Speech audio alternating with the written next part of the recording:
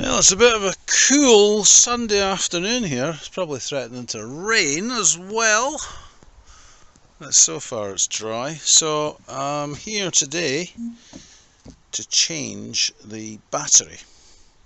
This is a new battery. It's been sitting in my utility room cupboard for a wee while, but it's fully charged. I've actually even put a cheap Chinese watch, £2.50. No more staring at this little speedo to see what the time is. So, first thing I'm going to do is remove the side panel on the right hand side as you sit on it. Alright, so once you get the side panel removed, you've got a few things that should really come out the way to make things easier. I think that's maybe a flasher unit or something, or is it a CDI? I'm not entirely sure. And then you've got this one as well. So you just wiggle it off. That's a flasher unit. I think the bigger one's the CDI. So yeah, that's the flasher unit. So we'll just take that out of the way. And then we've got a nut there, a Phillips screw there, and a Phillips screw here. So I'm going to undo those two. I don't think I need to take the whatever this thing is off. But to get to the battery, I'm going to have to undo these two screws. The observant of you might notice that I've actually got a battery charger, or a trickle charger connector, hooked up to this to be able to charge it. So anyway, that's connected onto the positive, and then the other one was onto the earth. So I should be able to just pull this out now. Yeah, that's coming out. So the next thing is I need to undo the terminals. So that's the positive, and the negative is at the back. So I'll need two hands to do that. So I've connected up the negative terminal. There's not a huge amount of space in here. Anyway, that's gone there. The next thing I'm going to do is connect the positive to the bike, and then the positive for the battery tender.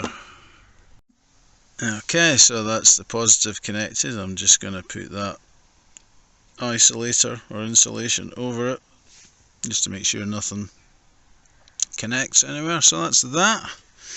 This will get tucked away in here again.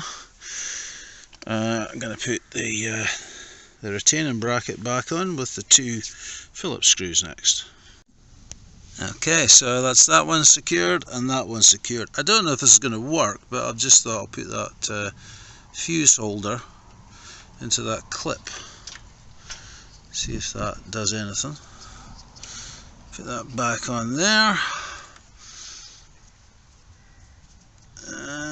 Maybe I need to take that off just now, and then fit the CDI or whatever this is back into place. That's that back into place.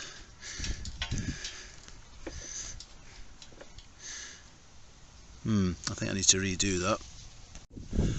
Yeah, I've brought this wire around the front, so now hopefully I'll be able to wedge that in there like that. That looks okay. And then it's a oh yeah, I've cocked that up. I need to put that negative on there, but that's easily enough rectified. Alright, so that's in place.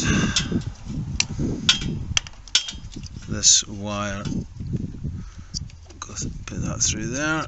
That'll hang on there fine, and then I can just push that in there, keep it out of the way, stop it rattling around.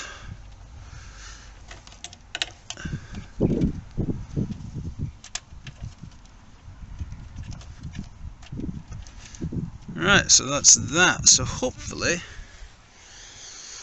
the side panel will go on without any trouble. But before I do that, I'll just check to see if I've got power. Alright, ignition on,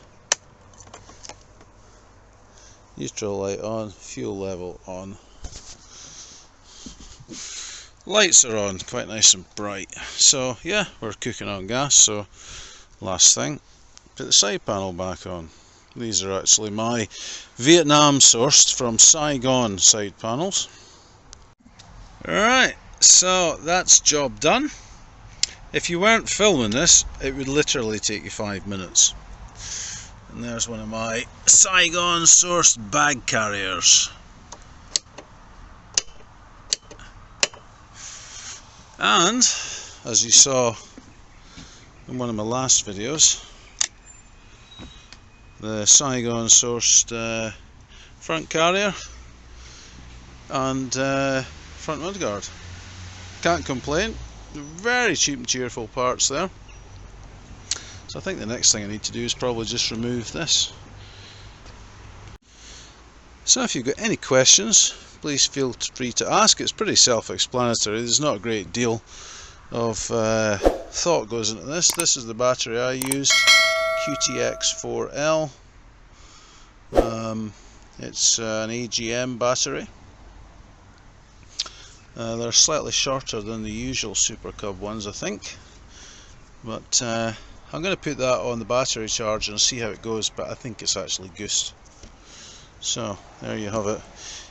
If you're looking for another battery, it's usually the perhaps B or something X4L that you're looking for, and you don't need to worry about AGM or whatever, but just whatever the cheapest and the most cheerful one is seems to do fine for me. I usually get,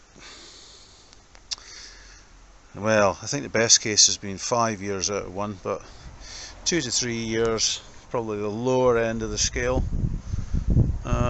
This one's been, I think, for 2 years, but I didn't really use it much at all last year, and I haven't really been out in it much this year either. But anyway, it's just a bit of cheap fun. I actually got my insurance this year for the grand total of £11, which was quite bizarre. But if you want to know more about how that was achieved, feel free to leave a comment. But if you've any questions, as I say, just ask, and feel free to like and subscribe if it's been of any use to you.